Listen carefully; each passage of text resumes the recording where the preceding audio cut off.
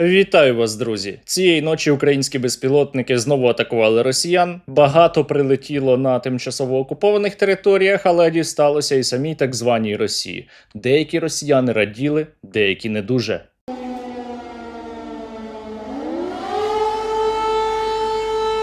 Спасибо, хорошо.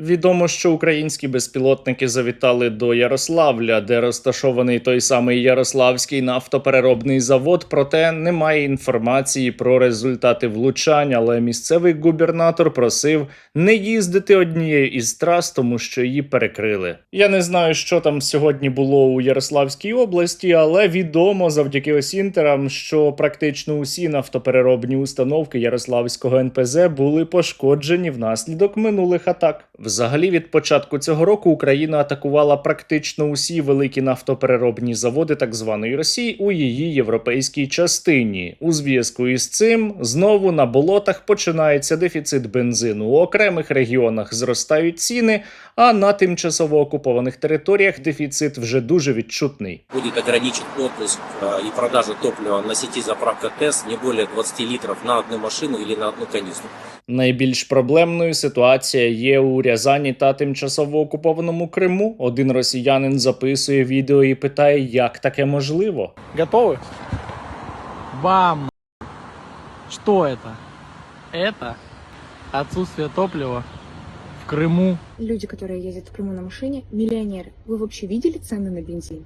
Цікаво, що могло спричинити дефіцит бензину на так званій Росії та на тимчасово окупованих територіях. Речь о том, что Туапсинский НПЗ ушел в зрительный зал. Маю відзначити, що нафтобаза у тимчасово окупованому Криму у Феодосії вже практично вщент знищена, але російська влада каже, що причина зовсім не в цьому. Це сезон так впливає.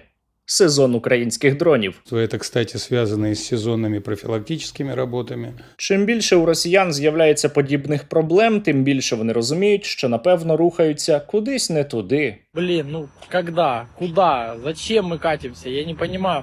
Блин, у нас проблема. А для того, щоб у росіян були ще більші проблеми, я закликаю вас, звісно, задонатити на наш великий збір «Секретний Русоріз 2.0» на нову технологію для FPV-дронів, яка надасть нашому війську перевагу. Вже насправді надає, тому що наші дрони б'ють росіян на глибину від 30, 40 і більше кілометрів. А за донат від 300 гривень, я також нагадаю, ви можете виграти ось оцю красуню – новісіньку Volvo. Чим більше сума кратна 300, тим більше шансів виграти, але у наших розіграшах програють виключно і тільки росіяни. Посилання на збір я лишаю, як завжди, в описі до цього відео, але навіть якщо ви не хочете нічого вигравати, усе одно задонатьте, тому що ваші донати роблять дуже велику справу. Послухайте відгук одного військового. Ми зайшли в таку ейфорію, там ключовим відіграв фон Стерненко, тому що раніше бригада там давала 5-7 дронів, у нас все вийшло, показую Сергію, Сергій, виручаєте там великі штурмові дії, і Сергій там за той місяць близько 500 дронів передав, чисто для моєго одного екіпажу, в якому там входив я і ще там 3 пілота. І ми просто пішло, і в принципі Сергій відіграв ключову роль в підрозділі, тому що 70% дронів на той момент, коли ми там стали ротою, і далі майже все йшло від фонду Стерненка. А щоби не пропускати нові цікаві випуски, а я нагадаю, що коли на так званій Росії почнеться громадянська війна, я буду транслювати її, обов'язково вже зараз підпишіться на мій канал. Це важливо. Українські безпілотники, які стали набагато більш масово атакувати так звану Російську Федерацію від початку весни цього року, створюють серйозні проблеми у російському сприйнятті війни проти України. Послухайте ось оцього Пермяка, який скаржиться на діряву ППО. Потому что мы там не справляемся, нам по Перми прилетает.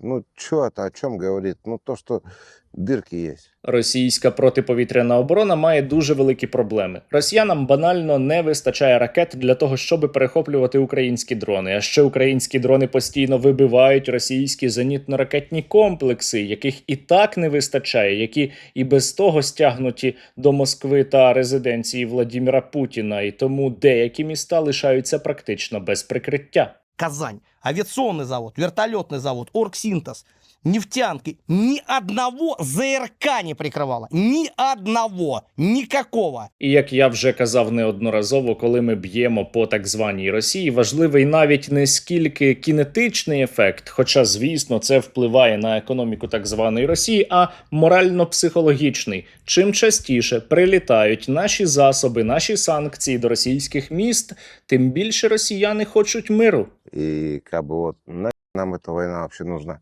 Нам она вот не нужна. Мы как жили, так и хотим жить спокойно. Без всяких вот этих бомбежек. Бачите? А усього лиш війна повертається туди, звідки вона й прийшла.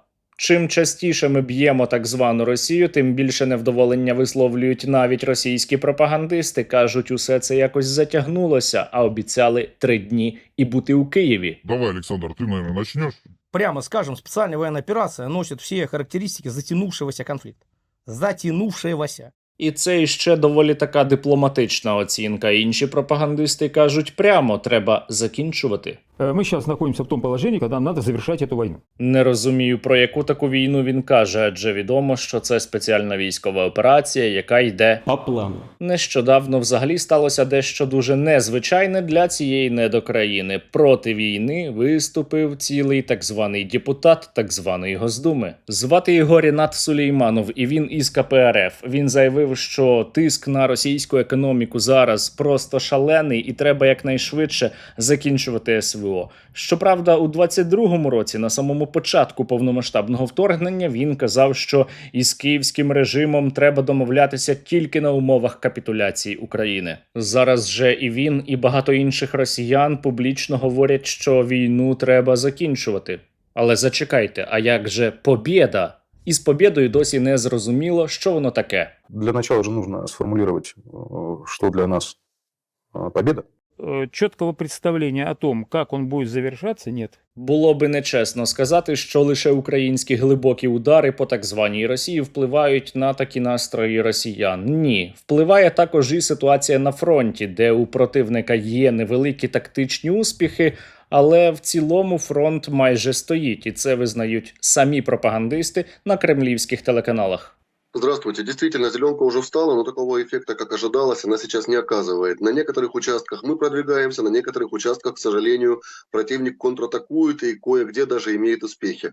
Не бачать перспектив росіяни також і у своїй економіці, навіть попри зростання цін на нафту. І не бачать перспектив, це я іще дуже дипломатично висловився. Потому что в экономике все очень сложно, мягко говоря. Понятно, что, в общем, в экономике, извините меня, жопа.